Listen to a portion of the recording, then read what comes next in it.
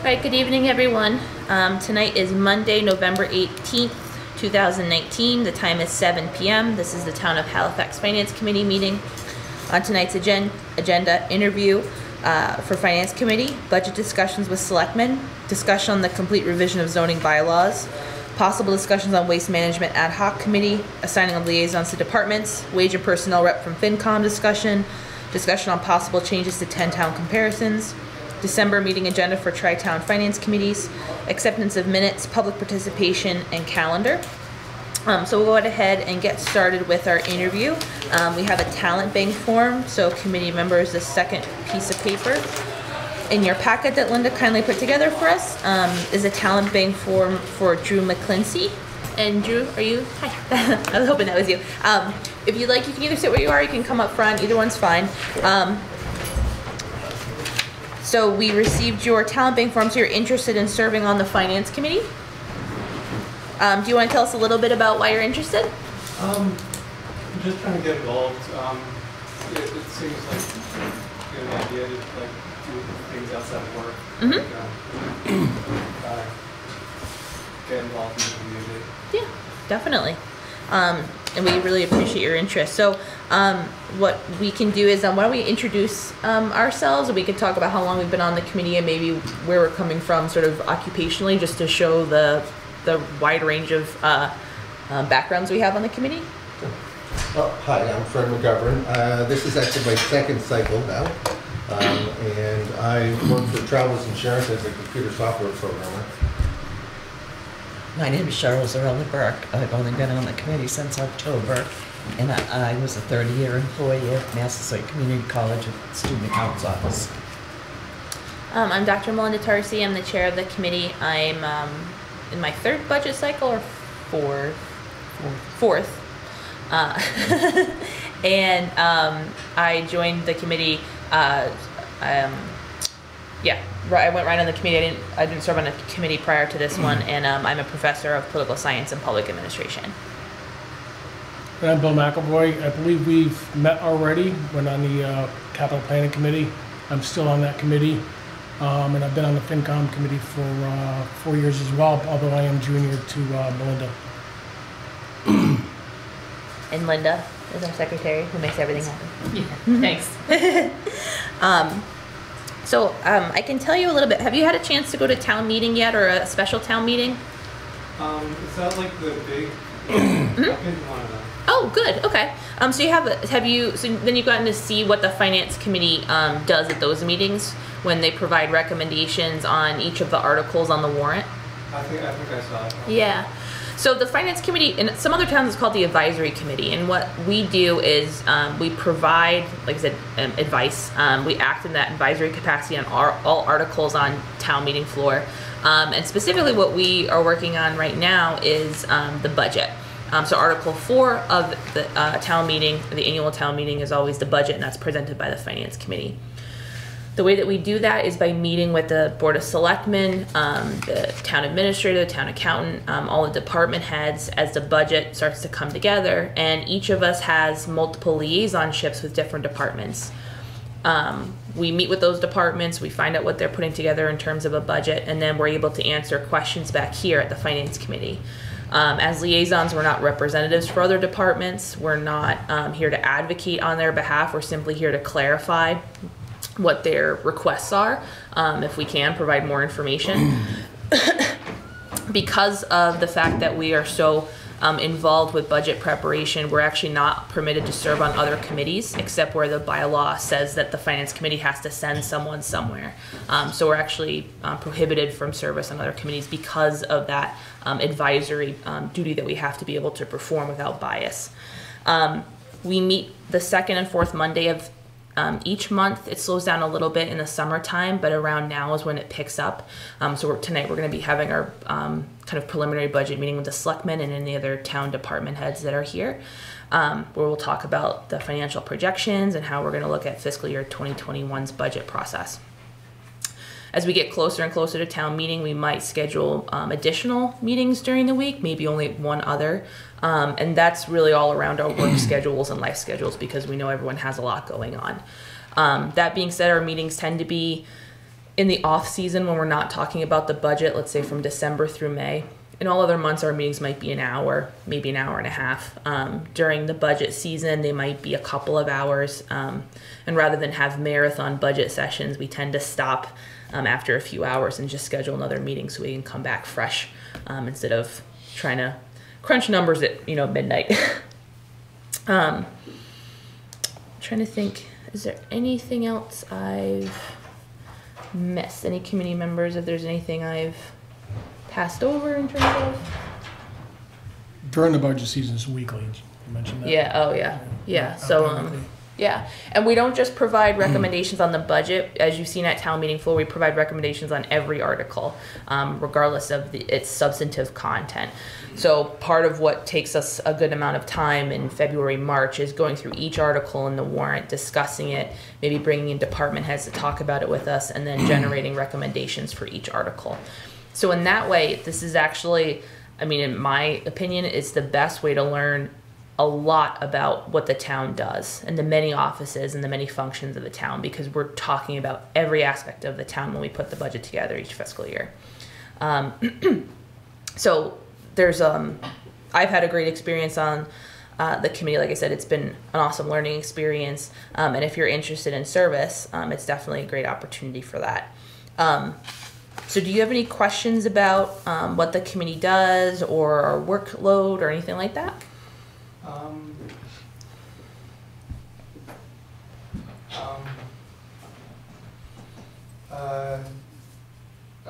It made sense the way you explained it. Okay.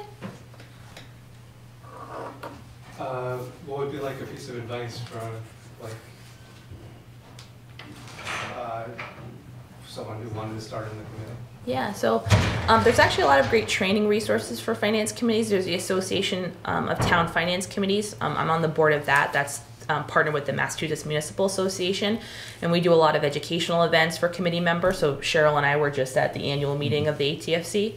The Division of Local Services through the Department of Revenue Services for the Commonwealth of Massachusetts also does training sessions for new finance committee members. So Bill and I have gone to that. When we first started, that was really helpful. So there's a lot of those resources. So my advice would be to take advantage of those learning opportunities because it helps a lot.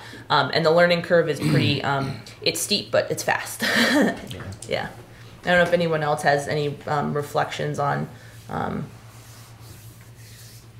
I think that's good. They have the financial policy handbook too. I don't remember how many pages it was, but when I started, Gordon passed that along my way. I'd recommend if you're interested in pursuing this, it might be worth reviewing that. Any pieces of advice from anybody?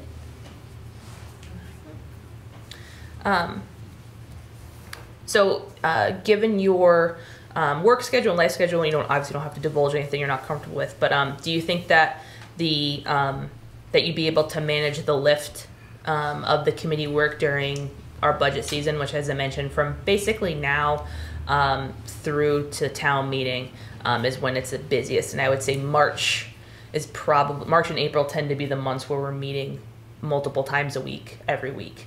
So given, like I said, you don't have to divulge anything, but I just wanted to offer the opportunity to reflect on your own personal schedule and whether or not this would be the best opportunity for service given the workload. I think I should be available. Okay. Okay. I know certain people's jobs have different busy seasons and off seasons, so I think it's a important thing to just bring up to folks. Do you, as I mentioned before, do you have any other questions for us about the work that we do or what's involved? I don't know. You said ATFC. That's ATFC. Yep. And the financial handbook. Yeah. I feel like I just have to go as I go. Yeah, I mean, the big thing is that there's no educational or occupational requirements to be on the finance committee. You just have to be willing to listen and to be candid with folks. That's the ultimate kind of set of qualifications. And we have really respectful conversations. We don't always agree with each other, and that wouldn't be healthy if we did.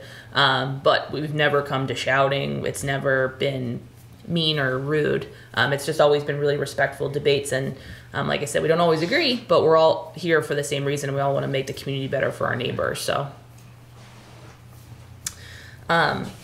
So are you still interested in serving on the finance committee? Do you want a little time to think about it? Either one of those is fine. I don't want to put you on the spot. It sounds worthwhile. I think Okay.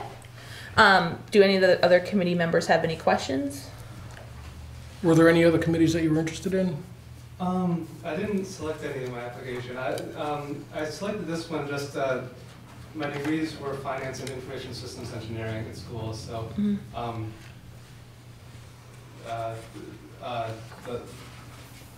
that's why I figured, apply for this one. Okay. Charlie is a town admin and Sandy is town accountant. Did I miss anything, or is there anything that we should ask of a potential candidate? I don't have anything particular other than I'll probably try and set up a meeting for you to come in. If the finance committee is recommending for you to come in and meet with the board of selectmen probably next week on the 26th. And after also invite the finance committee, I think it's one member to come in. Okay. So as long as you're still interested, then I will entertain a motion for the finance committee to recommend the appointment of Drew McClincy to the longest available. Oh, by the way, the term is 3 years. And what we've been doing, sorry, I didn't mean to stop in the middle of the motion, is we've been filling the vacant seats in such a way that you get that the newest member would take the next longest term that's available, so we can have Charlie fill in the actual date of service, but the terms expire in June. So as I mentioned before, I'll entertain a motion for the Finance Committee to recommend the appointment of Drew McClincy to the Finance Committee to the determined open term. I'll make a motion. So moved. Is there a second?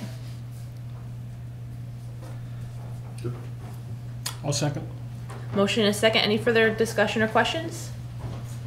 Okay, all those in favor? Aye. Any opposed? Any abstentions? Okay, 2, 1, 1. Okay.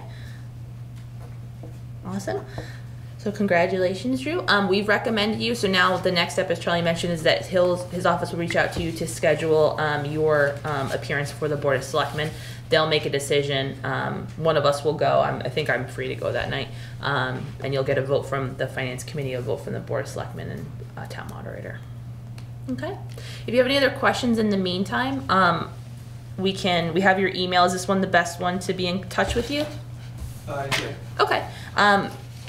If you have any questions, you're free to email us. Let us know if we can put you towards any resources in the interim before you actually go up for your appointment meeting.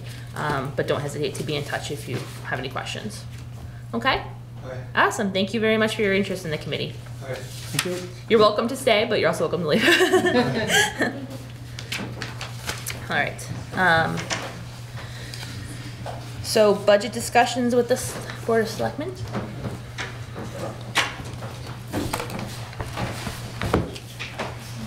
Sorry about the Staples folks. The machine doesn't cooperate where it's placing Staples.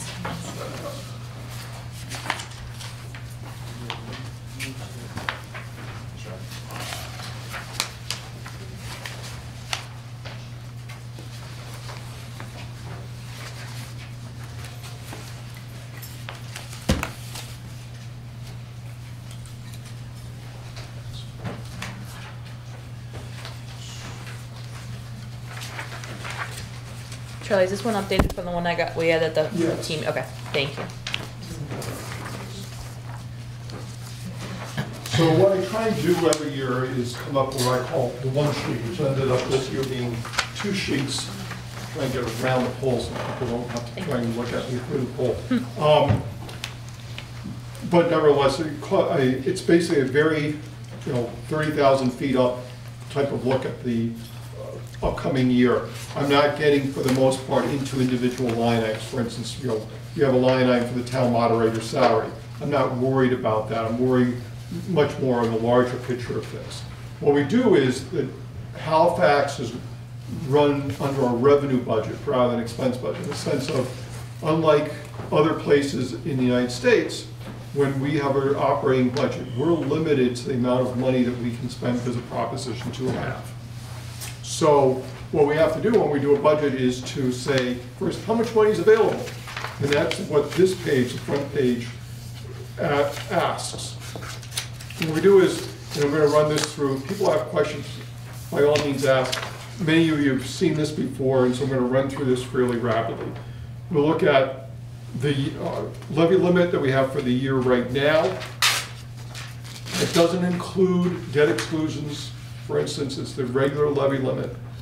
And the levy limit is based, goes back to Proposition 2.5, back 1980 or so, when that state law went into effect. It limits the amount of property taxes the town can, in fact, assess each year. However, as part of Proposition 2.5, it can go up by 2.5% a year, that amount. So you add in that, then add in new growth. New growth is the amount of new revenue generated because of new buildings and additions and such that the assessors then add into property tax records. There's a certain amount, it can be more, it can be less, depends on how much housing, for the most part, here in Halifax is being built, how many additions are being built and such. It can include commercial development. It can even include subdivisions where you had one parcel of land and subdivided it, and now you have 4 or 5 housing lots instead of 1 housing lot. So that increases the value due to that. We always budget a little bit conservatively. We had about 135,000 in new growth last year. When all is said and done, we're going to put in $100,000 as an estimate. It could be a little bit more than 100, but we start conservative because it's a lot easier being at this position and being able to add money into budgets than to, let's say, in February or March, saying, we made a mistake the wrong way. We put too much money in. We thought we were going to get all this money, and then you have to come back in the middle of the budget cycle. After you do that, you add in the debt exclusions. Debt exclusions are votes that we had at town elections. That's the voters said, in addition to the amount that you're legally allowed to levy under normal circumstances, for these particular projects, you can levy even more. Generally, that's a bond. Generally, we do 15, 20-year bonds, and we have them active right now for Silver Lake when they built the middle and high schools. We have the new projects over at the elementary school, one for roof and siding and one for fire suppression. Now, there's a 0 there for fire suppression. I put that in there because I want people to understand that's not a debt excluded bond. The town made a deliberate decision to pay for that bond for the fire suppression system within the levy limit. We didn't say we're going to raise and appropriate extra money above and beyond, or levy additional money above and beyond the normal levy limit. So it's there as just sort of for informational purposes. People say, well, wait a minute, what about that one? Isn't that a debt exclusion? No, it's not.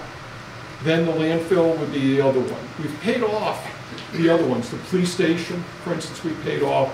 The old school library was paid off a few years ago, finally. So those are the active debt exclusions that we have. We have, as a practice for a number of years now, said we're not going to levy up to the last dollar. We're not going to ask people to the last dollar that we're going to get from their wallets into the town's coffers. So what we do is we set an artificial number and said we will not spend, not levy $300,000 of what we could. In addition to that, with the solar field over on Franklin Street, because we had a little bit of property taxes that we lost in return for having what's called payment in lieu of taxes for the facility that's there, we are dropping the amount that we will, by policy, spend or raise by $3,000. So that's where the $303,000. Add all that in, and we end up with what we can raise and appropriate via the property tax bills of about $17,800,000. That's the major portion of where we get our money, but there are actually three other significant areas that we get money. One is local receipts. So for instance, your motor vehicle excise bill, your ambulance bill, a building permit, for instance, all those go into local receipts. And we collect that money each year. We continue through Sandy Nolan's office to monitor the amount that's coming in so we can try and forecast and make sure that we're meeting what we thought we were going to get in, but also in the coming year what we think we're going to get in. So generally the two largest sums of money I'll have local receipts are motor vehicle excise and the ambulance receipts. And both Sandy and I monitor that. And right now we're running fine on both in the sense of what we estimated for the year we're in now. We're getting more money than that in the year we're now. So we're not running any sort of deficit in those areas. We can, if we wish to, increase those a little bit in the sense of if we think that we're going to continue to do well in fiscal 21, we can raise our estimates of what we think we're going to collect. For motor vehicle, we're just going to wait a few more months, keep taking a look at it. One of the things I've noticed during the last few months is that the state also looks at motor vehicles. They look at the sales tax. Anybody buys a new vehicle, anybody buys a used vehicle pays sales tax in Massachusetts.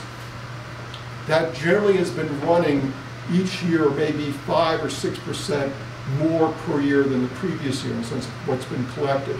That's dropped off so that if you look at what was collected the last 12 months versus the previous 12 months, it's 2, maybe 3. We may be reaching a point where those 5 or 6% increases in motor vehicle sales tax have sort of leveled off. Not completely, people are still buying cars, but the rate that it's going up is slowing down. So we want to take a look at probably to see what happens with the motor vehicle excise tax this late winter or spring when we send out the major amount of taxes and see whether we can sustain what we've been getting. If so, we might be able to raise that a little bit, maybe $25,000, maybe $30,000. In a big budget, in a $25 million budget, it's not a lot. It's maybe, of course, 1/10 of 1%. But when we get to March and April, 25 can make a difference between funding a certain program and not funding. So we'll keep that on and monitor that. For the ambulance receipts, we've got a healthy gap in the sense of what we estimated versus what we're collecting. So we agreed that we can increase what we think we're going to get by about $25,000 for fiscal 21. It's still less than what we're actually collecting. We're always playing a bit conservative here. I think maybe some of you knew what happened in one of our surrounding towns. They had thought their local receipts were going to be much higher than what actually happened. They ended up with a revenue deficit, which then they had to fund the following year, which meant they had to cut back on other things.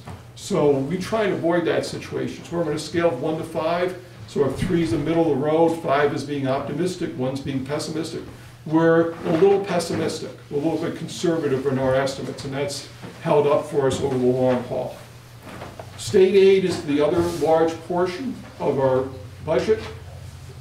It's not, it's really 2 categories. That's the Chapter 70, that's the school aid, and then there's the what's the old lottery aid, which is now just basically sort of called local aid. Chapter 70 for us has tended to simply go up at a minimal level, meaning that as much as other school districts may see significant increases in the money they're getting from the state, Halifax has tended to get what's called the minimum per student formula, which means that the state has said, we're going to give everybody something. We're not going to give everybody the same amount, but we'll give everybody something. You there, we're going to give you the minimum. We'll give you an additional $25 a student, or maybe $30, or maybe $50. Well, there's 700 students, let's say, across the street. $25 doesn't get you very far, especially with a $25 million budget. The governor's budget for these amounts, both for the Chapter 70 and for the general local aid, will come out in late January. So we'll have plenty of time to start factoring that into our calculations. But for right now, we're going to assume a level funded. Why? Because the amounts for our local aid, which is running about $900,000, let's say it goes up 2%, it's $18,000. Again, in a $25 million budget. At this point, it's not going to make a big difference about how we look at the budget. In March, it might. We'll have more information then, but for right now, we're going to just leave things alone. Even before we go to town meeting and we appropriate money there, there are things that we have to, in essence, set aside money for without votes at town meeting. So there are a series of assessments to the county, for instance, to the MBTA and such, that we have to set aside money. And that's where that $203,000 comes from. So even before we go to town meeting, we have to set aside $203,000 for those cherry sheet assessments. We have a tax title fund that the treasurer collector used to go through the process of tax title foreclosure for various properties that are owed back taxes. We set aside money for that. And then abatements for reserves, for abatements and exemptions for our property taxes, that is to the assessors. So for instance, if you qualify for an elderly exemption, you qualify for a veterans exemption, you qualify for disability. And we have to, in some cases, if there's a property card that has incorrect information and someone applies for an abatement and can prove their case, then part of their property taxes are abated. So what we do is we set aside money to cover those expenses, those exemptions, those abatements for the assessor's office. Take out all those subtractions, we get down to 23.8. We do have other sources of funding. There are special revenue accounts like water receipts, solid waste, the cable pass-through. We get money from Comcast, which we then just send over to Area 58 for their programming. We have a small amount of bound premiums. We have the dog account, which we use to fund the dog items, the Water Pollution Abatement Trust, which are a series of bonds that we've been paying back. This was for people putting in septic systems in their homes many years ago. We're not quite done with paying that back. That money comes from those residents who had those systems. They pay us back, we pay the state back. We end up, at the end of the line, having a little over $25 million available to us to spend at town meeting. So you start off with that 25 million. We start off with a series of assumptions. The operating budget for the year we're in now. Let's assume nothing else changed. We didn't spend $1 more. Well, we're going to spend $24,400,000. But then we have the other articles from town meeting. We had to fund the firefighter union article, highway, sergeants, patrol officers, the police chief contract, the fire chief contract, the town administrator contract, and we had one other raise and appropriate amount, which was for a street light. We had any number of articles at town meeting we appropriated money, but all those were out free cash and such as part of the capital budget. These were all the raise and appropriate monies that we had. So in addition to Article 4, which was our normal operating budget, we had all the other articles here that we had to fund at town meeting. And the assumption is these are now going to be built in to the budget for fiscal 2021. There are a few line items that are so large that it's helpful if you can get a handle on them now, knowing that you're going to be spending money, that you say, okay, even before we do anything else, for instance, we're going to have to continue to pay for health insurance for our employees. So we throw a number in there for an increase in health insurance premiums, what the town's going to have to pay. I've put in 7%.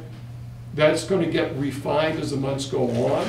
It might be a little bit more, it might be a little bit less. We'll have a better idea this winter, but again, we try and play conservative. I'd rather come in and say, we think it's going to be 7%. I mean, it's been as high as 15% a few years ago, as low as 0 a few years before that. But for right now, we're going to plug in 7% for an increase in the health insurance account. Retirement, we pay into Plymouth County Retirement.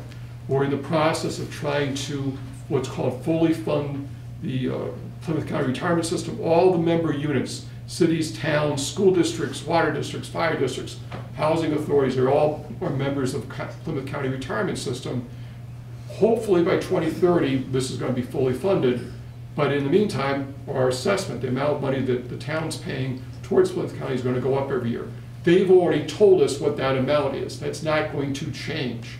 It's a fixed amount in the sense of they've made a decision already what they're going to assess the cities and towns. So, you know, someone says, well, I think this should be instead of $74,000 increase, or in this case, $95,000 increase, it should be 50.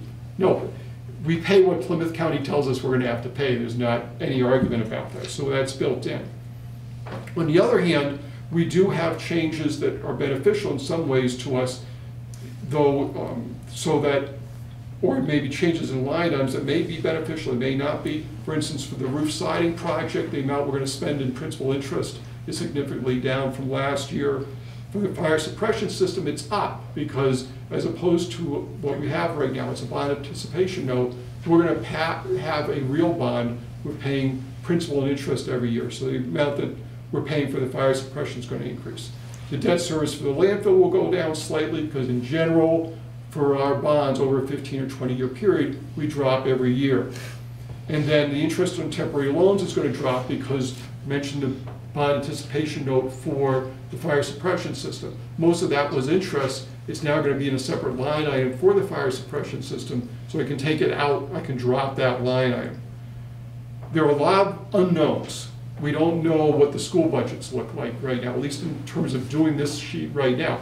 We could put numbers in there, and I'm sure we have school committee people and school department people who might be able to help us start thinking about those things. But for the purposes when I did this work, I didn't make any assumptions about that. So that, for instance, we don't know what the increase in our special ed budget for the elementary school is going to be. We don't know if we're going to have fewer kids or more kids at the VOTEC program, the out-of-district programs, so that if our students want to attend a vocational program that Silver Lake doesn't offer, and they find a school district that does offer that program and will accept them, we're obligated to pay for that tuition and such. Silver Lake can go up and down. If nothing else changes, the number of kids in the school system change, and what percentage of those kids we have in Halifax change. Right now, we're on a downward slope. So if nothing changed, our assessment at Silver Lake would go down a little bit from this year to next year. It's still going to go up, but just as a starting point, it would go down a little bit. Step increases. You have union contracts at the schools, for instance, you have union contracts in the towns. Even if nothing else changed, you still have a contract. Those folks who are moving from this level to this level, or from this step to this step, you're going to be obligated to pay those increases. Not a general, across the board wage increase, but step increases for particular people. I know that Sandy's working on those numbers, for instance, on the town side. I'm sure Silver Lake is working on those to try and figure out what it would mean at the elementary school and at Silver Lake. General wage increase I just mentioned. If we gave everybody a 1% increase, school people, non-school people, union, non-union, what would those numbers look like? We need to plug those numbers in there. And then the general Silver Lake budget, beyond step increases, beyond anything for general wage increase, we do have other expenses themselves, and that we have to come up with a certain amount of the money for Silver Lake. One of the problems, the challenges that Silver Lake and the three towns are facing is that just as Halifax Elementary is getting minimal amounts of additional school aid from the state, Silver Lake is getting very little additional money from the Chapter 70 program on the state level. That means basically at any dollar that they want to increase the budget at Silver Lake has to come from the three towns. So it becomes a 2% budget increase, becomes a 3% assessment increase. And because of those changes in school populations, one town might be paying 6% more, another town might be only paying 2%. But it means that there's more pressure put on those three towns. The last line is the reserve fund. We always set aside money for emergencies. 75 of that comes from the property taxes, 50 comes from the water department, and that's one of the raise and appropriate articles at town meeting. You factor all those things in. Now, a lot of zeros there, a lot of uncertainty there. A lot of, if nothing changed, well, then nothing would change. We know there are going to be changes. Is that we may have about $432,000 available to spend. Now, that's a lot of money in one sense. It's not a lot of money in another sense. If you took the school budgets just by themselves, and they're big numbers, let's say it's $13 million. Let's say there's a 2% increase for everything over at the schools. Now, the elementary school, voc ed, special ed, Silver Lake. That's $260,000. Oh, I'm already down 170.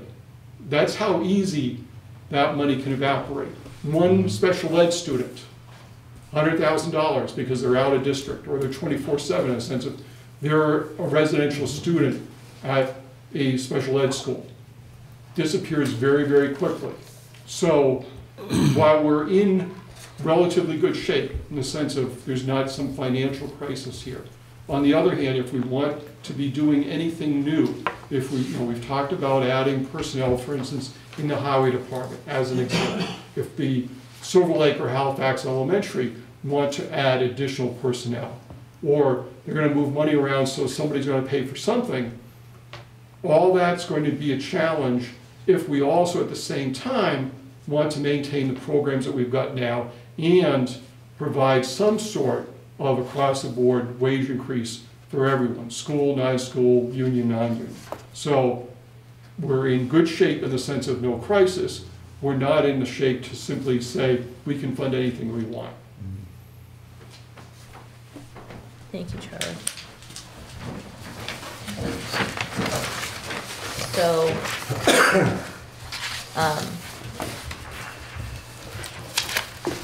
have the members of the Board of Selectmen had any conversations yet about the directives you'll be issuing to department heads, or? Not as of yet. Okay. Working on that. Okay. Are there any folks here from departments or other committees that want to ask any questions or chime in, having been presented with this overview? I have a question, please. I'm Christine Healy, Silver Lake. I also live in Halifax. Just a question for you, Charlie, on the health insurance. I know you said it's just Right. a placeholder. So do you have any indication that it's in that neck of the woods versus 1% or 15, or is it? I would say it's closer to 7 than to 1. Okay. Let's put it that way. I have unfortunately I've missed the last couple of Mayflower meetings, but I keep track of how well they're doing. Right. So Mayflower Municipal Health Group is what's a health insurance consortium that many communities in Plymouth County, school districts like Silver Lake, some other smaller sort of government entities all belong to. So everybody gets health insurance from them. It's very public in the sense that their data is available, and so we can see what's happening with how much is coming in terms of what premiums that cities and towns are paying towards Plymouth County, not Plymouth County, Mayflower.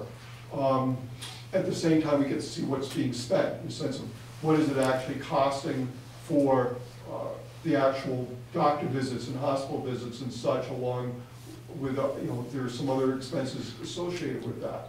And as I mentioned, there have been years where we've seen increases even up in 15% range. That's because the previous year, they've done very poorly, that the money coming in has been much, much less than the money going out. Last year was an excellent year. In essence, for every $100 that was brought in, let's say $95 was spent. So their surplus went up. It's a lot closer this year. I think it's in the high 90s. So they may be, and we saw, I think, something like a 5%, maybe a little bit less. I thought it was 3% Yeah, range 3%. last year. For the year we're in now. I think, so that's why I'm looking at this and saying, I can see a 7, but that's not certain at this point. I mean, it might, if someone said to me, I think it's 5, I'm not in a position to argue with them. If someone said, I think it's 1, I think that'd be pushing it very optimistically. On the other hand, I don't think it's going to be 10 either, in the sense of there's no reason, unless the people that they work with, they have a number of consultants available to them, say, we're looking at what hospitals and doctors, and well, really what it comes down to what Blue Cross Blue Shield and Harvard are going to pay for doctor visits and for hospital visits and such. And we're seeing those prices go up significantly, or we're seeing the utilization rate. In essence, it might not change what you're paying, but the number of doctor visits, number of hospital visits and such, number of cancer patients and such are going up significantly, and therefore your expenses are going up. If they get information along those lines, they might raise the rates more than I think they would. Thank you. And I know we need a starting point, so Yeah. this is pretty reasonable. Yeah, I mean, and the thing is, even for health insurance, let's say 7. So I put in, I think it's 70,000 or so dollars, it's 34,000. Let's say I said it was 5%. Okay, so now it's 53,000. Yeah. So again, that'd be, not to say that 21,000 is a non-material number, but again, with a $25 million budget, that $21,000 difference isn't going to change sort of the bigger picture right now. If it's in March, and I can drop this from 7 to 5 and free up $20,000, and that makes a difference between half of a person, for instance, we need a new person in a new department full-time, that's half of that. And that might be the difference between being able to hire that person or not. Right now, we'll just draw back a little bit and wait to see how things come out. Thank you. Corey?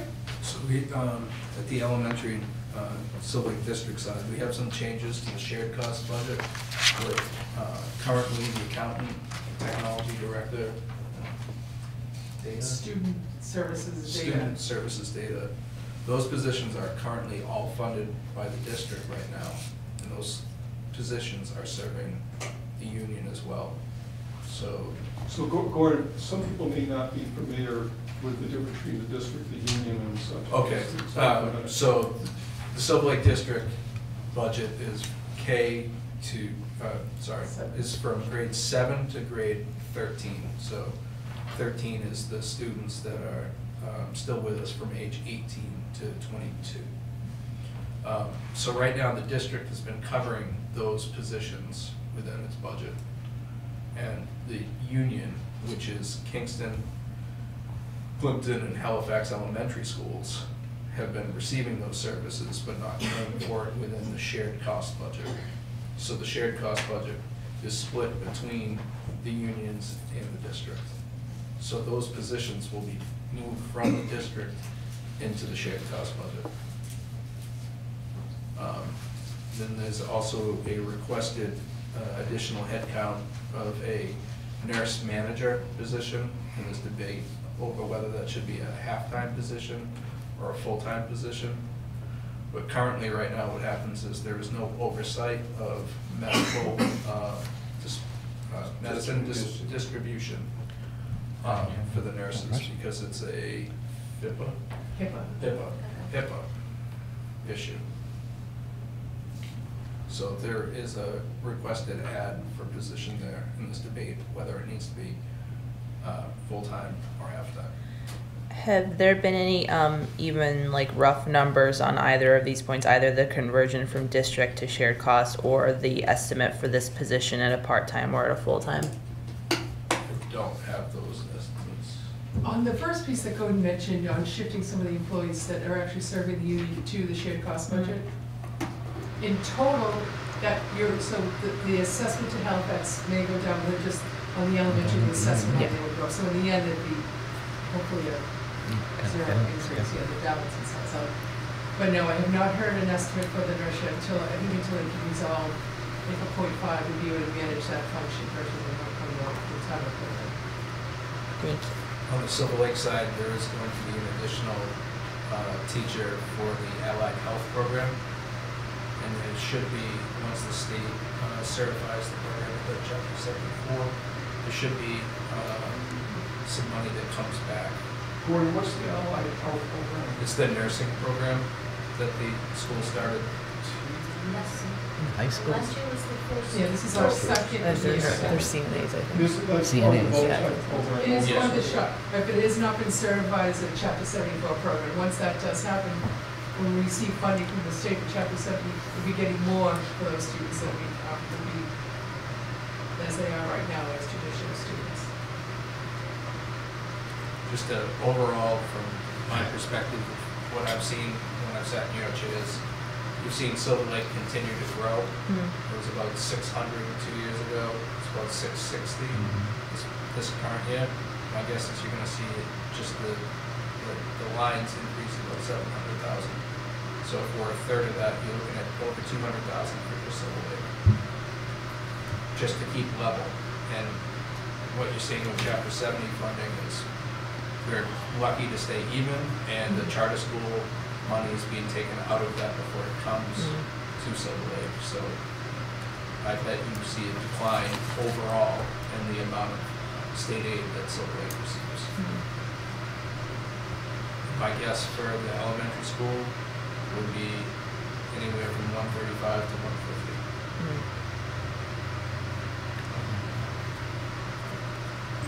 Those are just guesses at this point in time. And that's even with the new budget, of the way they're calculating for students? So that would be not if you're talking just chapter 70, Mm-hmm. yeah, there's not going to be much of an increase for the two programs that we have, Halifax or Silver Lake. Okay. A lot of schools fall into that sort of gap of Right. not actually benefiting from that change in calculation. Yeah. And then the vocational education, I think we're at the current, we have the same number of students for. There will be a surplus this year, but I have no sense just yet what that would be look like for next year. Do I know with the several students graduating from other district vocational programs? Because some of us have served for a few years, we know that there have been ongoing discussions with different departments about things like personnel or significant capital. The capital obviously going to the capital committee, but ultimately those decisions do have to go through votes at the finance committee level. So even if folks aren't comfortable for whatever reason, don't want to bring those issues forward today, those are definitely discussions that you can have with your finance committee liaison, those of you who are department heads. We're going to actually be reassigning all the liaisonships this evening at our meeting. So you may have a different person that you're used to, but all of us are very much willing and able to interact with all the department heads and help you as you put your budgets together. So I just wanted to note that for those of you who may see a different email pop up requesting a meeting about your budget in the coming months. Does anyone else have any other questions or any other feedback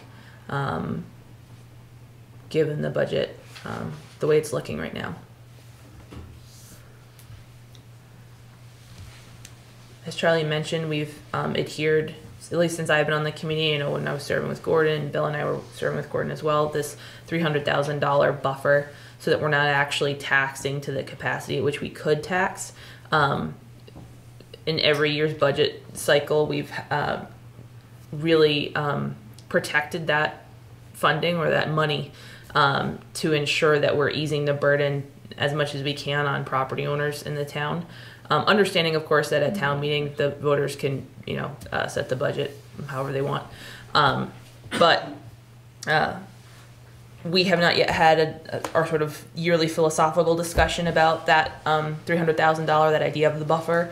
So if there's anything on that note or any other notes that you'd like to bring forward to the finance committee, now would be great time to get that in front of us so that we can continue those discussions at this meeting and at subsequent meetings, knowing that feedback from you all. Hi, Melissa. So that 300,000, that is not included in this? Correct. So on the first page, that subtract unused levy, that's about a third of the way down. This is minus 303.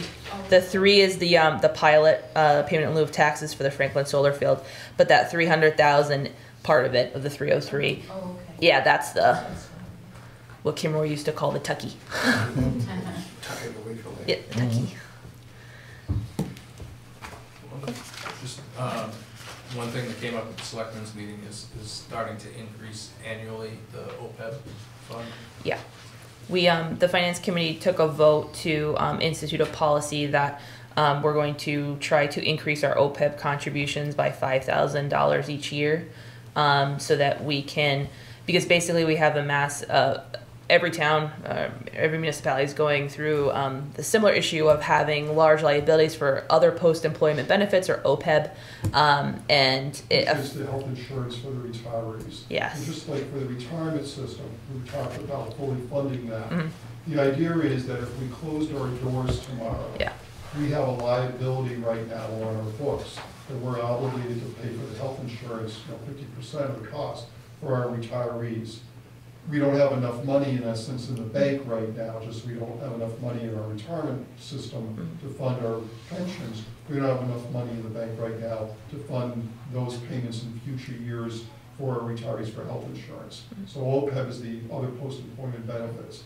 The idea is not tomorrow, not next week, not next year, but there's a goal in the long-term future, just as with retirement, to try and fully fund that. And that's why we're looking at, even if it's minimal increases in our OPEB contribution, the folks, the bond rating agencies and our actuaries like seeing towns making that effort, even if it's minimal, towards reducing their liability. And last year, when we had to make sort of sliver cuts to many departments, we tried to, the finance committee tried to really apply those cuts. We had to make as universally as possible so that no one department or committee was bared an undue burden on that.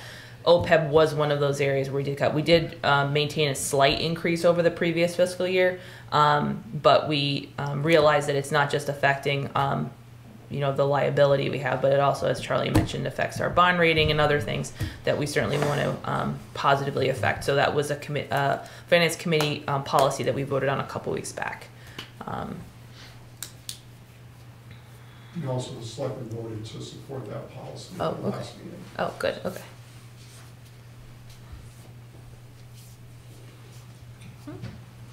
The only other thing to bring up is the buildings at Silver Lake. Yeah, and do you want to explain a little bit about the funding scheme for capital repairs at Silver Lake? So far what's been happening is the excess and deficiency account has been used to fund the capital expenditures at Silver Lake. There's a meeting tomorrow night to go over what we have planned for a 5-year capital budget and what happened with the roof project this fall. We had Cape Way go out and do work to the high school that needs to be work done to the junior high and more work to the high school as well. So you replaced it with vinyl again? roof, I know that they replaced it with the correct Rubber. product that they were supposed to use, which wasn't the case previously.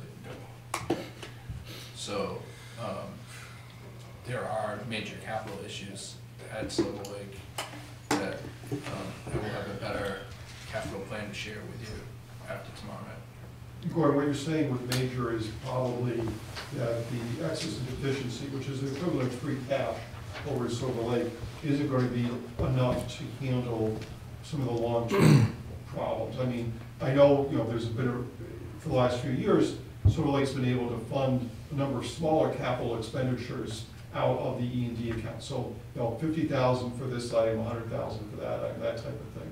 Whereas for some of the things that I think are on the radar, we're talking the millions of dollars and probably having to do some sort of bonding long term. I just wanted to mention with the roofing at the high school, with this project that was done this fall, we believe that has brought us 5 or 6 years into the future. So, and that the high school will be complete. The middle school has minor work that will also be, we believe, finished. I don't know what we have left for this year. But in going forward, those bigger projects, our E&D would not be able to, because we have a limit, our E&D is capped at 5%, we're not at 5%. So we wouldn't be able to So, Gordon, choose those larger projects. I apologize for interrupting. Are you saying that there's going to be a multi-year capital plan coming out of tomorrow's meeting, or? There has been, and it will be updated tomorrow. Okay. We were only a five-year capital plan that we constantly Yeah. update.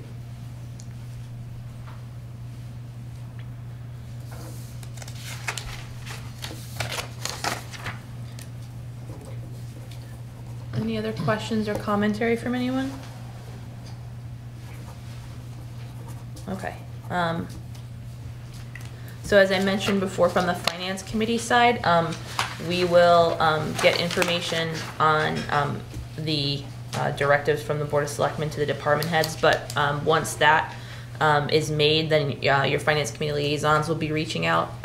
As I mentioned, those of you who've been here for a while, it might be someone different than you're used to, but we're all here to help each other. And we'll be in those meetings. And Sandy's kind enough to share the budget. So all of us look at all of the department budgets, but your budget liaison will be specifically talking to you about your budget, asking you about quote unquote wish list items, or if you want to think about like a gold version, a silver version, whatever. However you want to kind of frame that discussion with your finance committee liaison, they will be asking you those sorts of questions. And like I said, we do have some institutional memory in that some of us have been here for a few years. and know that there have been asks that have been made multiple times that couldn't be funded. So if that's something that you're going to bring up again, do have that conversation, like I said, with your liaison, and remind them, like I said, if they're not one of the more veteran members, about that kind of standing discussion you've been having. And what will happen in the next couple of weeks is probably the first week of December, based on what the Finance Committee and the Board of Selectmen tell me, we'll get a letter out. Basically, if you've seen this before, it's just a synopsis of what we've just been talking about. I'll work with Sandy to make sure the budget forms go out with that. And then probably, not the first week of January, because January 1st, I think, is a Wednesday. I probably wouldn't aim necessarily for the first Monday, but certainly by the second Friday, so something like the 10th, to get the budgets in from as well as we can by that point. And then Finance Committee will have about 3 months or so to review budgets. People can come in, talk with the Finance Committee. You'll be talking to the liaison, but you'll have the opportunity to go meet with the Finance Committee at one of their regular meetings. They'll start making decisions. In very early April, we'll have a real budget, and that's what goes into the warrant. We've been just scheduling each department head to come in during those kind of that time period. So we try to push on at the beginning of the agenda, but if that time doesn't work, let us know. Linda will be helping us set up that. So beyond, as Charlie mentioned, your one-on-one with your liaison, you'll also have the chance to come and talk to all of us, and even follow up if something changes. So we are very committed to an open line of communication. We're going to ask the same questions of everybody. There's no special treatment. We will be completely willing to listen and be very candid with you about whatever the prospects are. All right, thank you very much, everybody. You're obviously welcome to stay, but if you are heading out, have a good night.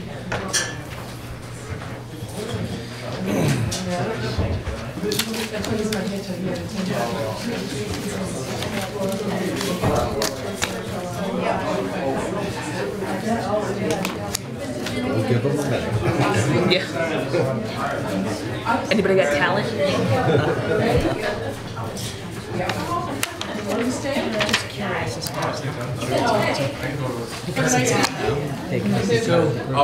Commission. That's one of the plans they can. Dr. Crow was Hi, we've met before. Yeah. I'm Jill. Nice to meet you. she will be our new superintendent starting January 19th. Always a pleasure. Oh, wow, congratulations. Yeah. Thank you. Yeah, awesome. Nice to meet you too. Yeah. Hi, Jill Crowe. No, you're not. I am. Should have introduced her while the meeting was That's not a bad Thanks for allowing me to attend the meeting, man. Thank you for gracing us with your presence. We miss you.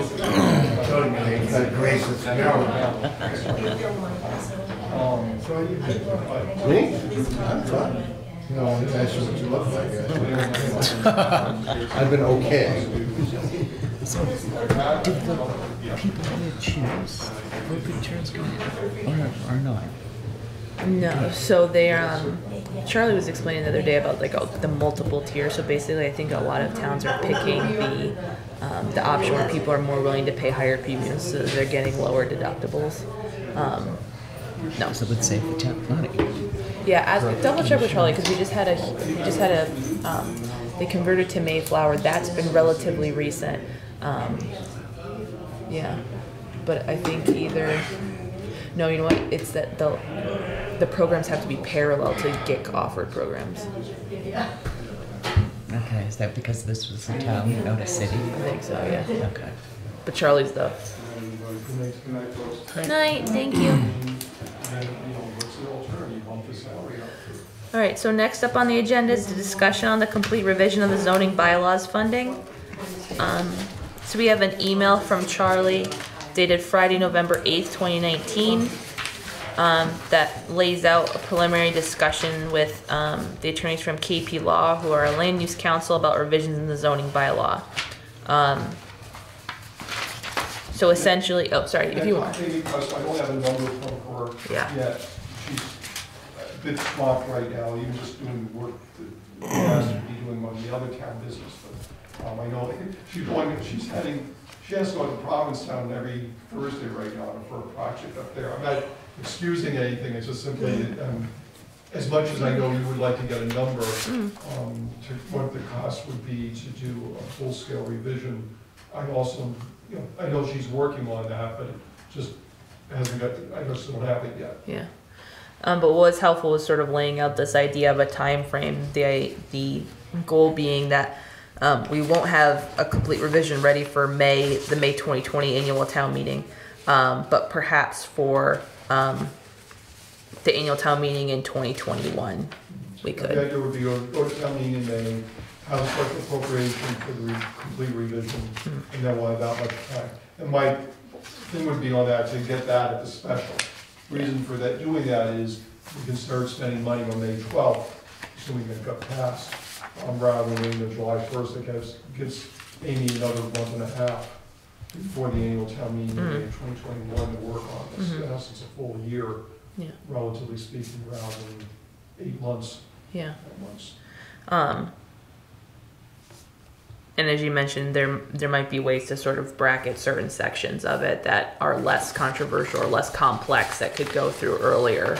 My hope is, we'll see. We're meeting with her tomorrow night about multifamily housing, because obviously that was a big bugaboo last month. We may not have a consensus. There may be two paths. There's a path that might say, we don't want any multifamily housing here in Halifax whatsoever. Is it legal for us to eliminate that as a possible use? If it is, what do we have to do to rewrite the bylaw to eliminate that? There's another group that might say we want to continue to allow multifamily, but we need to get the bylaws rewritten for it to make sense, so they're not contradictory in various sections. And it may be, if we don't have any consensus, that Amy's going to have to provide amendments on both pieces, and we'll see how everything goes. But I think you have a variety of policy viewpoints, and I don't know that we're going to have a consensus about which way the town wants to go, and it may be just we find that out at town meeting which way the town wants to go, but to be prepared in either direction. I think our last conversation was that we were philosophically in favor of the idea of doing a recodification in one fell swoop and not allowing inconsistencies to develop. I think our big hang up as FinCom is just the cost. So I don't know if anyone has any commentary on the timeline, or if we want to just continue to table this discussion until we have some figures. Are all these land use line items here on the law account history, these are all related to zoning? Yeah, the land use is all zoning. And they might be a little, I don't think we've had Amy or anybody else work on Concom stuff, for instance, on wetlands issues this year. So yeah, I mean, it's all planning and zoning work. Okay. I mean, and I don't have it broken down by individual case, in the sense of my case, I don't think, we still have legal fees to do with the Andrews case, because that's still ongoing, it's not been finally, there's no final decision yet.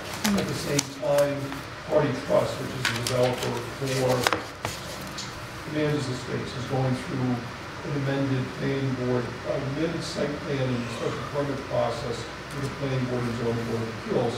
And the Trade Trust has been working with both boards on those re-applications. And then there's always a variety of other things that she's working on with Rob, or with those two boards and committees. And I have to check, right now I'm going to assume that the numbers are correct. The land use numbers seem very high because it's only 4 months. It'll be through October, so I need to check with the staff to make sure that the numbers are correct.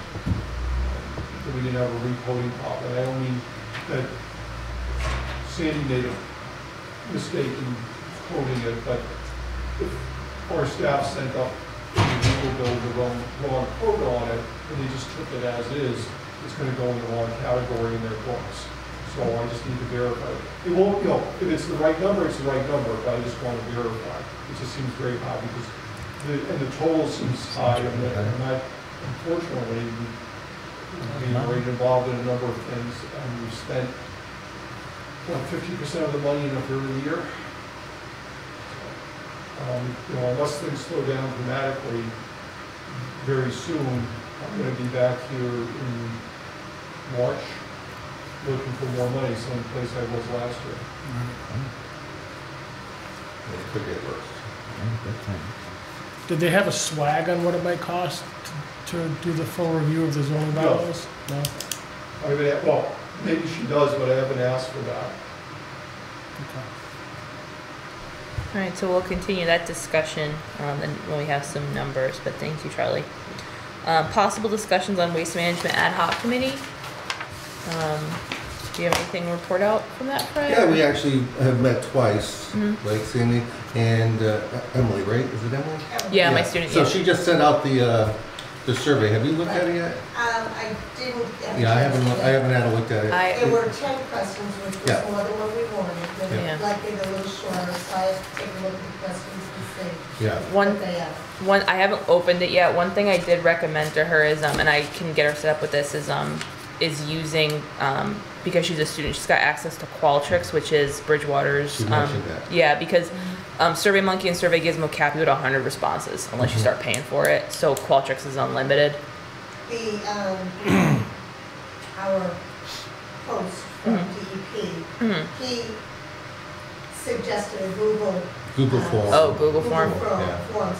He said that it's very easy to use and. They have metrics too, the Yeah. analytics that you can get the. And it doesn't cost. Yeah. He said it would be free, so we can find out more information. So you set one up and then you put a link out on Facebook or on the town webpage and they just go out and fill out the form. Yeah. So at this point, we're looking to have it at different places around town that people could pick up the form, fill it out, and give it right back. And put it on Facebook, have it available on our website.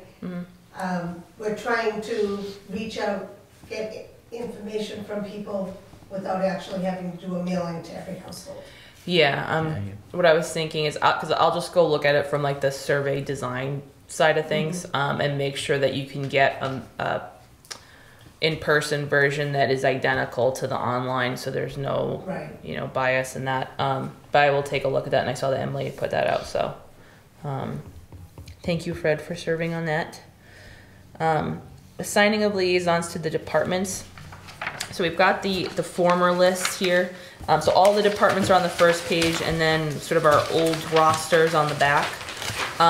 What you'll note is that, usually the most junior member takes on the town hall offices because they have pretty small expense accounts or pretty small expense lines. They're all in one place, and it's a good kind of on-ramp.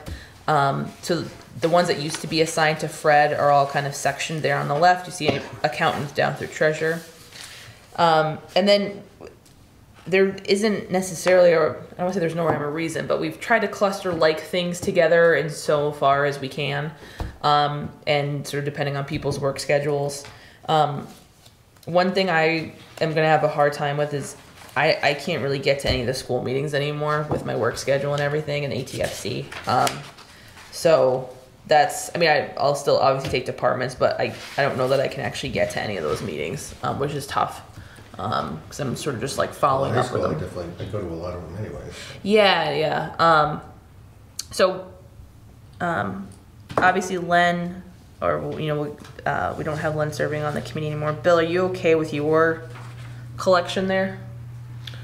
Yeah, I'm kind of getting into it now, so I'd like to at least keep who I currently have. All right, so on this page here, on the back one, you've got capital planning, cemetery, communications, dog officer, highway, historical commission, historical district, parks, recycling, and water.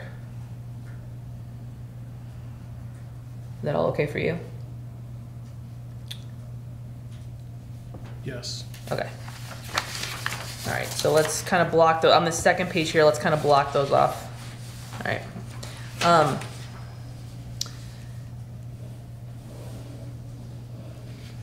Cheryl, would you be comfortable taking on the town hall offices that used to be assigned to Fred, assuming that Fred, you're willing and open to different? Okay. Sure. Would you be okay with this slate up here? Are they all here? Mm-hmm. Yeah, they're all in the building. Yeah. Yeah, that's fine. Okay. So we'll block this off. Last year I just kind of like made appointments and I did it over like 2 days in December. Okay. So essentially then between Fred and I, we've got the 2 school committees, what had been Lynn's and what had been Diane's, which I think I had originally had some of those and then not.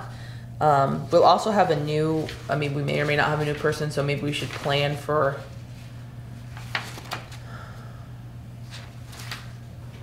Does it make sense to do it until we know whether or not we've got a 5th person? Is what I'm thinking out loud. We could give them some of the smaller things if you want. Okay, that makes and sense. that way, if it doesn't work out, Yeah. the smaller things are easy enough to absorb. Okay. Fred, would you want to take on the schools if you take those on, because those are pretty heavy lift, I can take on what had been Diane's and Len's all together. And then split up some of that for the new guy. Yeah, and then then we do end up with a 5th member, I can give them like holidays in Halifax or Halifax and Lights, which are really small, like event budgets. All right, but So actually, I took library last year. Okay, do you still want that or I no? can keep it. I mean, I have it for capital planning. I'm gonna be there anyways. So Okay, so library, Bill. All right, so let's read these out loud to make it, okay. So, I make a motion to assign as the liaison to the following departments Cheryl Zarella Burke. Those departments are accountant, appeals board, assessors, board of health, building inspector, collector, conservation commission, planning board, sealer of weights and measures, selectman, town clerk, and treasurer. You made a motion? Mm-hmm. I'll entertain one. So if you want, you can make So it. moved. Seconded. Motion and second. Any further discussion? All those in favor? Aye. Okay.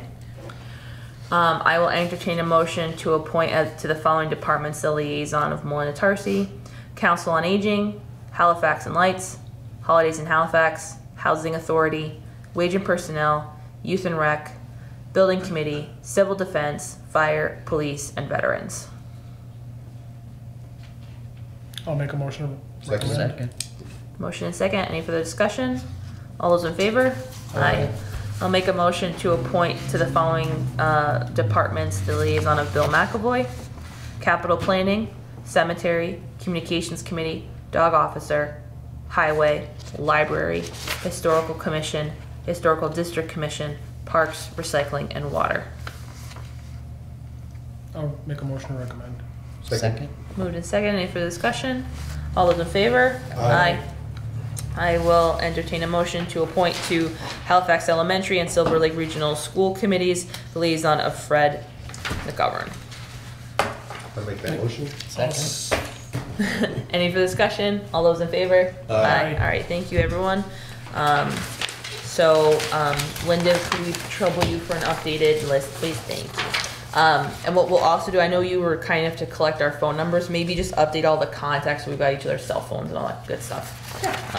Thank you. All right, wage and personnel rep from FinCom, being that I just accepted to have their budget, or be their budget liaison, I'm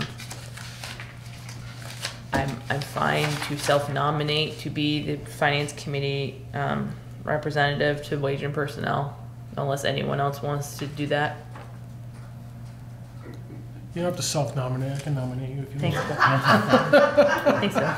I don't know what makes it better. Nominate her. I nominate Melinda. Thanks, Cheryl.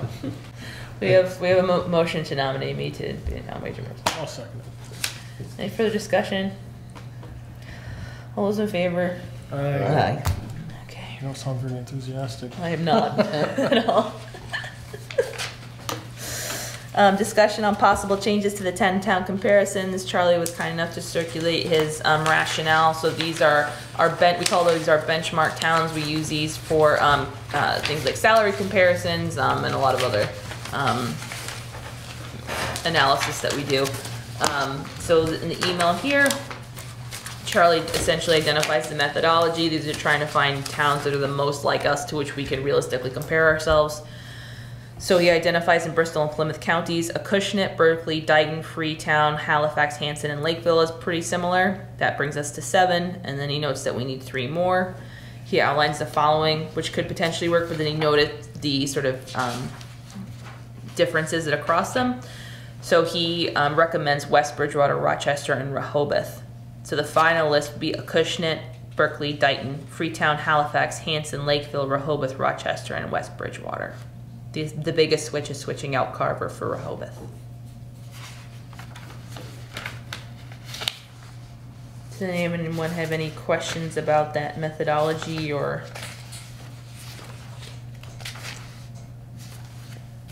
No, I don't. Okay. All right. Thank you, Charlie. Do you have to vote to accept those changes? Do we have to vote to accept the benchmark towns, Charlie? No, I'll take it, I'll take a vote, but Okay. basically, I use them until somebody tells me no. Okay. So I'll entertain a motion for the finance committee to approve the previously read 10 towns as our benchmark towns for the upcoming budget cycle. Second.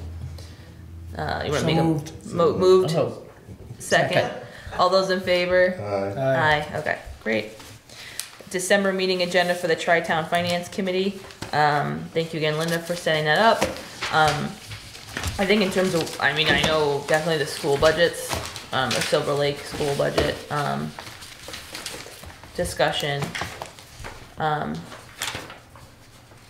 don't really know, I don't know any of the folks, so I'm not really sure of sort of walking in the room what folks' biases are or kind of where they're coming from. But I know that we're all concerned about the assessments and also the whether or not Silver Lake is looking at revenues when they construct their budgets, and sort of thinking forward. Sandy? I'm just going to ask, Yeah. has anyone notified Silver Lake about the meeting? In the past, we've gotten, they've been very unhappy if they're not included in the meeting. Okay. I Or at least told about the meeting. I did tell Gordon tonight about it, but we can send a formal email to. We can just send it to Gordon as our Silver Lake rep. I think that's fair, right? I would send it to Joy To Joy, okay. and ask her to please forward it to Okay. the members. You can say it's a meeting of the 3 finance committees, but that Okay. they are welcome to attend, Okay. right? All right, we'll do that. We'll definitely have another meeting before then, I would imagine. When is the next meeting? We haven't set it yet. We have the calendar up. When is that meeting? December 9th. December I 9th. think that's, as of now, where you were the next meeting. Yeah.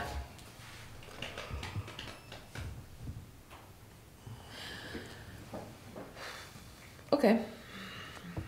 I mean, I think that, I mean, my take on this is to kind of get everyone's temperature on how their committee is approaching, I guess, what their budgets look like, sort of the overview like Charlie just gave us of Halifax, if they have similar ones, sort of how they're approaching potential increases or the likelihood of increases from Silver Lake.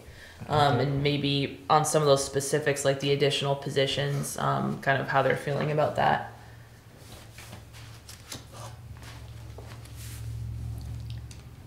We gotta bring up the special police officer, again, because that was, Yeah. but that was in an article, right? Yeah. Yeah, Plimpton passed the article, we did not, so it's being funded like 6 hours or something like that out of Plimpton. I'm sure they're gonna ask for it again. Right. No, Gordon didn't mention it, Yeah. so I have no idea where Silver Lake's going with that. Oh. Yeah. They had talked about putting, at that In meeting, the they talked operating. about putting it into the budget. Yeah. But they Yeah, that's what we didn't agreed. say that that was being put Yeah. into the budget, so, Yeah. Yeah, that's what we agreed to last year. yeah. Well, we Just wanna haven't. make sure it's done if it's still needed this Yeah. year. I'm sorry. Will we have an idea by then if the board of selectmen is asking for level funding or level service of the departments in Halifax? I think we should have an idea of that within the next week. Yeah. At the next meeting. I'll see them Tuesday, and I certainly would say to them level service. Yeah. I mean, again, we'll see where everybody comes in Yeah. at, but I don't see a reason why we shouldn't be able to do level service. 'Cause Okay. the big well, I'm not throwing everything at the school, but simply when Gordon mentioned the increases that are possible, that, in instance, takes all the oxygen out of the room very quickly. Yeah. And I don't think it's a situation that, and I know they're, they might try and make the case that it is a level service budget. The problem is that we may not be able to afford a level service budget for them, what they deem to be a level service budget. Right. Or it may be that because our percentage of the students are going down, we're able to do it, but not the other two towns. So we'll see. But I think until we're forced to do something other than a level service budget, that's what we should be aiming. Yeah, when I looked at the numbers last year, we were supposed to go down in numbers this year and next year, and then it will start increasing again based on the kids that are in the elementary school. Yeah. Okay. But even if we go down, the whole Right. thing is as much as the Silver Lake budget Increases, yeah, it'll just be a small and our percentage. share might be a little less, Correct. but they keep building off the same budget. Yeah. And it just keeps going up every year, Yeah. so Yep. we have to remember that. Yeah. Okay. Did we resolve the bus question last year? I don't remember what the vote was. Well, they They got the the elementary. got the extra bus, and then of course in the paper like 2 weeks ago, they're talking about how the fact that all the buses except for one are undercrowded. They're not even close to capacity, with the exception of one bus. I knew that was gonna happen. Did it solve the problem? No, not that I know of, because in there, they were still talking about discussions on how to deal with issues that are happening on the bus, so like bullying and stuff like that. So no, it didn't solve the problem, and all it did was it reduced the number of kids that are actually taking the bus, which is exactly what I told them they were doing.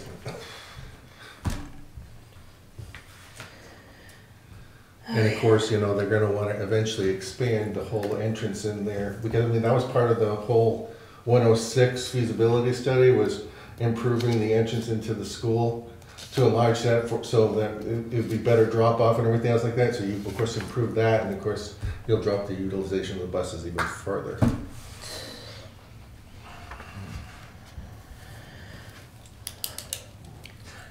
Are the routes optimized? Don't know that. There was one discussion about one bus that it seems to be second in line, and it actually has to travel further than the bus that's actually in front of it. So as a result, it's stuck behind the bus for like 15 minutes, and the first bus is making all the stops, but the second bus doesn't. So literally they want to change that component so that they can get that bus that travels the furthest actually in front of the other bus. I mean, So route and sequence. sequence of the buses, yeah. Okay.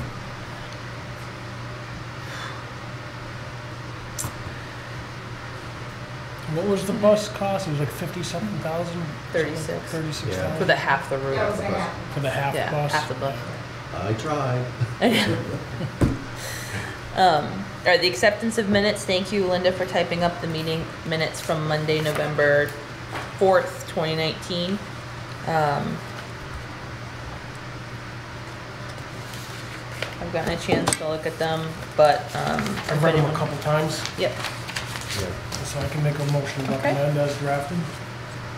Motion to recommend. Is there a second? Second. Cheryl seconds. Any other questions? All those in favor? Aye. Thank you again, Linda, for that. Fred will sign. Under public participation, we can read into the record the resignation letter from Len Tessino, who we will miss having on our finance committee with us. We hope he comes back.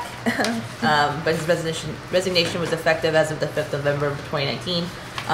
And Linda was kind enough to draft a letter thanking him for his participation on the committee for us. So thank you very much. Any public participation? Okay, so for calendar, our Tri-Town meeting is December 9th, so let's, oh,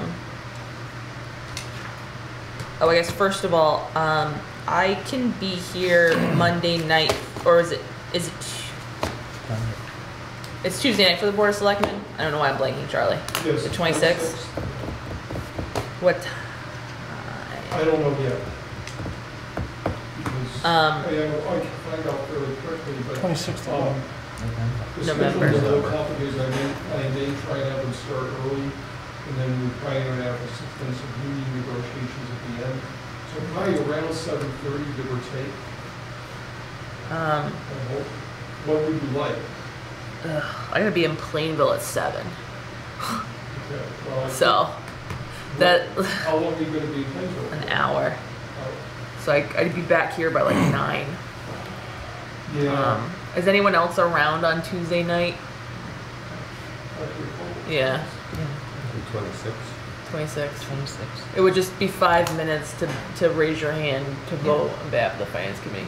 Would you mind? Okay, sorry about that. If it wasn't a Tuesday. I'll get it real time by tomorrow morning. Yeah. I'm on vacation that week, so I don't know where I'm gonna be, but if I'm in the area, I can definitely join. Well, I live right down the street, so nobody shows up, just call me. I'm here. We'll work it Thank we'll you. work it out. Overtime. I had in my mind that it was Monday night. I'm like, oh, I'm free Monday night. That's great. I can do it. Do we have capital planning And are we not That meeting Tuesday? again until the 9th, or we're gonna have No, before then? We have it tomorrow? tomorrow. Yes. Okay. All right. So Close to Thanksgiving. Yeah. our next meeting would be December. Our next regular meeting would be December 9th and then December 23rd. It's close to Christmas. Yeah. So what we could do is like the 9th and the 16th, maybe. Well, I'm not available. It's 6. not- Oh, that's right. I'm in Hartford for 3 days. Oh, that's right. That's it, my only day. We can't do the 2nd?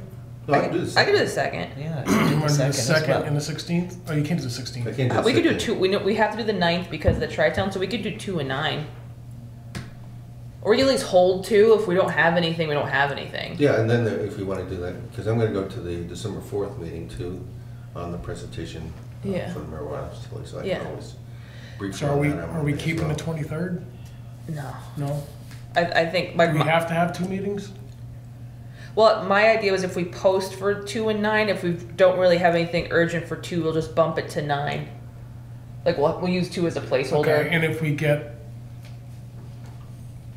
I can't remember his name. Drew. Drew. If we get Drew then, can go to the and you're not 16th. on the 16th, Yeah. then we can still have a quorum. Yeah. Okay. So do you want to post for 2, 9, and 16, and just hold then each we- of those Then we dates? can cancel. Yeah, cancel as Yeah, needed. that's fine. We just need 48 hours notice to cancel. So just what we'll do is Linda, if you You don't need 48 hours notice to cancel. No, you can I thought we cancel did. ahead of time. We only need 48 hours to post, so I can wait Okay. until closer to the 2nd. We've canceled basically at the time we started. We had one, so the door was on the side when I came up, he was canceled to me. That was last year. okay. So then does that sound good for we'll hold Everybody 2 then? tentatively pencil in the 2nd, the 9th, and the 16th. Yeah, yeah. And then we'll kind of assess it as Yeah, we we'll figure out sort of- who's yeah. coming on and Yeah. whatever. the So case is. Sandy and Charlie, for you guys too, like if we get to before the meeting on the 2nd, you don't really have anything that's urgent, we'll punt it to the 9th as long as that's okay. But we'll save all 3 of those dates for you Good guys. for me. Okay, awesome. All right. Any? So we only need to have 2. If we schedule the 2nd, we don't need it, we punt to the 9th, we have the 9th, we don't need the 16th. Right. Okay. But at least we'll know, like, if we get to the 14th and there's something big that we want to handle, like, Keep the before the end of the 16th. year, essentially, then we'll keep the 16th, even if it's just really quick. Okay. But realistically, like, the real lift will start in January. Yeah. Usually. I could drive. A little 3 before. hours. You couldn't wait till the 14th. This time of year. Yeah. All right. Anything else? Can I ask? I just wanted to let you all know that we did get our free cash number certified. It's a nice, healthy number of 1,091,000. Great. So that's for our capital items. Yeah. So that's going to give us a little to work with, which is good. Thank you. So, Shirley, you had a question? I just have questions. I'm meeting with those various Oh, the boards. liaison? Yeah. Yeah. So If there's an outline or, something. yeah, so that their budgets aren't due until what we said, the 4th or the 7th, something around there of January. That 10th, is that what you said? oh, you give them the 10th. Yeah. Well, yeah, because the 1st is Wednesday, I'm figuring, given where it is sitting on the calendar, normally we do it the first Monday, but that makes it the 6th. And, I think it's pushing Yeah. So I'm gonna say, in reality, I won't get everything since anyway, so I'm just saying, get it by Friday. Okay. I ended up meeting with everybody work like with on the Linda and 30th. Sandy and make Yeah. sure December last year. everything's here. Yeah. So then Sandy will collect all the budget sheets and any of the justifications they write up, and she distributes to each of us for our committees the budget sheets that she gets. Okay. And that way, and then once you get those, you can give them a look and then start setting up your one-on-one chats with your department. And it could just, like Fred was saying, he's like, he knocked them out in a day, just kind of walking around the offices, he just sort of set them up. Right. I make appointments for when I'm not at work. I think Bill does the same thing. So, but it's, you don't have to worry about that till after the budget sheets come in, and that's not going to be till like the second week of January. Okay, so I don't have to do it before then? No. Okay. I think the only thing I did, like, I might have introduced myself to my department heads at some point, like the.